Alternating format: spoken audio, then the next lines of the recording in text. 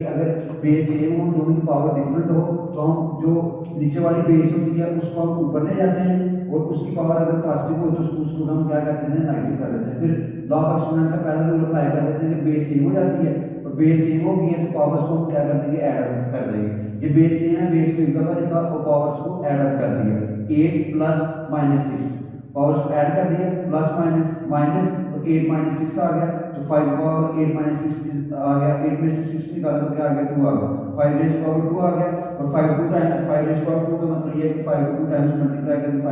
5 के साथ मल्टीप्लाई करें तो क्या आ गया, 25। ये हमारा आ गया, आगे इस क्वेश्चन का आंसर है। इसको हमने लास्ट एक्सपेरिमेंट के साथ सिंप्लीफाई किया। अब हम चलते हैं पार्ट नंबर 4 पे। ये भी पार्ट नंबर थर्ड की तरह ही है, बिल्कुल सिमिलर इसी तरह से। इसमें क्या है कि x की पावर 3 और फिर होल की पावर है 2 डिवाइड बाय x की पावर 3 और 3 की पावर फिर से 2, फिर से इस पावर 2 है। तो हम इसको सिंप्लीफाई करके लॉ ऑफ एक्सपोनेंट को यूज करके दोनों पावर्स को आपस में क्या करते हैं, मल्टीप्लाई। तो x की पावर 3 मल्टीप्लाई किया 2 के साथ डिवाइड बाय, अब 3 रेज पावर 2 किसके बराबर है, 9।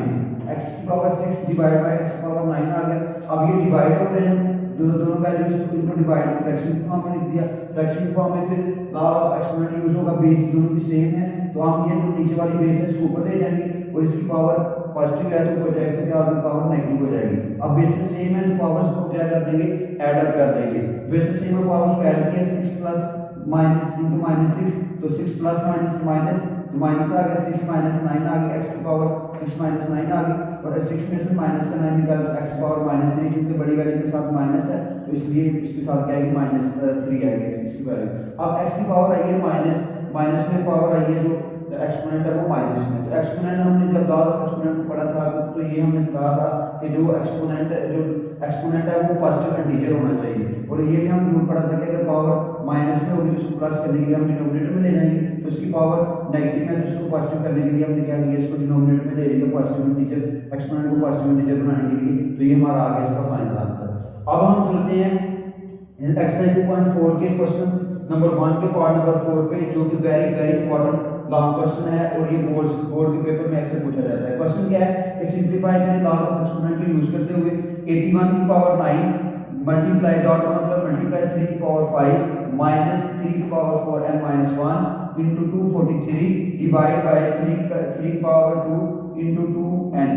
और 3 की पावर 3। ये हमारा क्वेश्चन है, इसको हम सिंपलीफाई करते हैं। सिंपलीफाई करने से पहले जिस तरह हमने इसी एक्सरसाइज का क्वेश्चन नंबर 1 किया था, सबसे पहले 81 की फैक्टराइजेशन करेंगे, फिर 43 की फैक्टराइजेशन करेंगे। तो ये हमने 81 की फैक्टराइजेशन की, 27 3 81, 9 3 27 और 3 3 9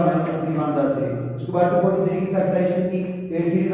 24 और 3 1 3, फिर 27 3 81, 9 3 27 और 3 3 9। यह फैक्टराइजेशन की, और जो 81 है उसके फैक्टर लिख दिए, 81 के फैक्टराइजेशन की तो 3 की पावर 4 आया वो लिख दिया, और ये डॉट मल्टीप्लाई 3 की पावर 5 ऐसे माइनस 3 की पावर 4 है माइनस 1 भी ऐसे, तो 3 की पावर 5 43 की फैक्टराइजेशन की तो 3 की पावर 5 आ गया, और ये डिनोमिनेटर में ये पावर को हमने लॉ ऑफ एक्सपोनेंट यूज करके दोनों पावर आपस में मल्टीप्लाई होगी, 2 2 4 और 3 की पावर 4 है आ गया, और 3 की पावर 3 आ गया ऐसे। उसके बाद 3 पावर 4 है डॉट 3 पावर 5 माइनस 3 पावर 4 है मल्टीप्लाई 3 पावर 5 3 पावर 4 है और डॉट 3 पावर 3 हमने ये लिख दिया डॉट, क्योंकि मान कुछ नहीं है तो ये मल्टीप्लाई हो रहे हैं नंबर आपस में। अब ये देखिए कि बेसिस सेम है, अब बेसिस सेम है तो हम लॉ ऑफ एक्सपोनेंट को यूज करके तो बे पावर्स को ऐड अप कर देंगे। ये भी बेसिस दोनों में सेम है, बेस सेम है तो पावर्स को ऐड करके बेस को एक दफा लिख दिया, पावर को ऐड कर दिया 4n प्लस 5 लिख दिया, ये माइनस एज इट इज आ गया, और ये भी बेसिस सेम है तो पावर्स को ऐड कर देंगे, ये पावर इस बेस की 4n माइनस 1 और ये प्लस 5 लिख दिया ओवर, ये भी बेसिस सेम है तो पावर्स को क्या कर देंगे, ऐड अप कर देंगे 4n प्लस 3 3 की पावर 4n प्लस 3, ये आ गया हमारे पास पावर। अब जो पावर्स हैं उनको हम क्या करेंगे, सिंपलीफाई करेंगे, 3 पावर 4n प्लस 5 आ गया माइनस ये 4n माइनस 1 और प्लस 5 माइनस 1 प्लस 5 का ऐड किया 4n प्लस 4 आ गई 3 पावर, और ये 3 पावर 4n प्लस 3 ऐसे आ गई। अब यहाँ पे एक इंपॉर्टेंट बात ये है कि हमारे पास डिनोमिनेटर में आ रहा है 4n प्लस 3, हम चाह रहे हैं कि ऊपर दोनों जो वैल्यूज है दोनों आपस में जो एक्सपोनेंट दोनों वैल्यूज जो है ना माइनस हो रही है, और ऊपर हम ये चाह रहे हैं कि ऊपर भी हम इस एक्सप्रेशन को इस तरह से बना लें कि 3 की पावर 4n प्लस 3 आए, तो उस वो काम करने के लिए हम ये जो इस एक्सपोनेंट है इसको थोड़ा सा ब्रेक कर देंगे। तो ब्रेक करेंगे 4n प्लस 5, 5 को हम ब्रेक करके लिख दिया 3 प्लस 2, यहाँ पे 4 को हमने लिख दिया ब्रेक करके 3 plus 1, 3 power 4n plus 3 plus 2 आ गया minus 3 power 4n plus 3 plus 1 आ गया, यानी कि ये 4 को हमने ब्रेक करके लिखा है, 5 को ब्रेक करके लिखा है, और ये 3 पावर 4n प्लस 3 डिनोमिनेटर में एज इट इज आ गया। अब मैंने यहाँ पे एक बेस अपनी तरफ से ऐड की, 3 पावर 4n प्लस 3 को अलग से लिख दिया और एक बेस खुद से ऐड की, और ये 3 पावर 2 जो है ये बेस खुद से ऐड की, माइनस 3 पावर 4n प्लस 3 ये अलग से लिख दिया इतना इतना, और ये उसके बाद ये जो 1 है ये एक बेस ऐड की और उसकी पावर हमने 1 लिखी। अब दोबारा हम ऊपर गॉस ऑफ एक्सपोनेंट को यूज करेंगे तो दोबारा यही फॉर्म बनेगी, दोबारा देखेंगे बेस सेम है, पावर्स को ऐड करेंगे तो यही चीज बन जाएगी, इनकी पावर्स को ऐड करेंगे तो यही चीज बन जाएगी, और 3 पावर 4n प्लस 3 ऐसे आ गया। अब ये 3 पावर 4n प्लस 3 इधर भी है और 3 पावर 4n प्लस 3 इधर भी है, ये दोनों वैल्यूज में क्या आएगा, कॉमन आएगा, तो 3 की पावर 4n प्लस 3 को हमने कॉमन ले लिया, इधर क्या बच गया 3 का स्क्वायर माइनस और 3 की पावर 1 ये बच गया, और ये 3 पावर 4n प्लस 3 कॉमन आ गया, डिनोमिनेटर में 3 पावर 4n प्लस 3 आ गया। अब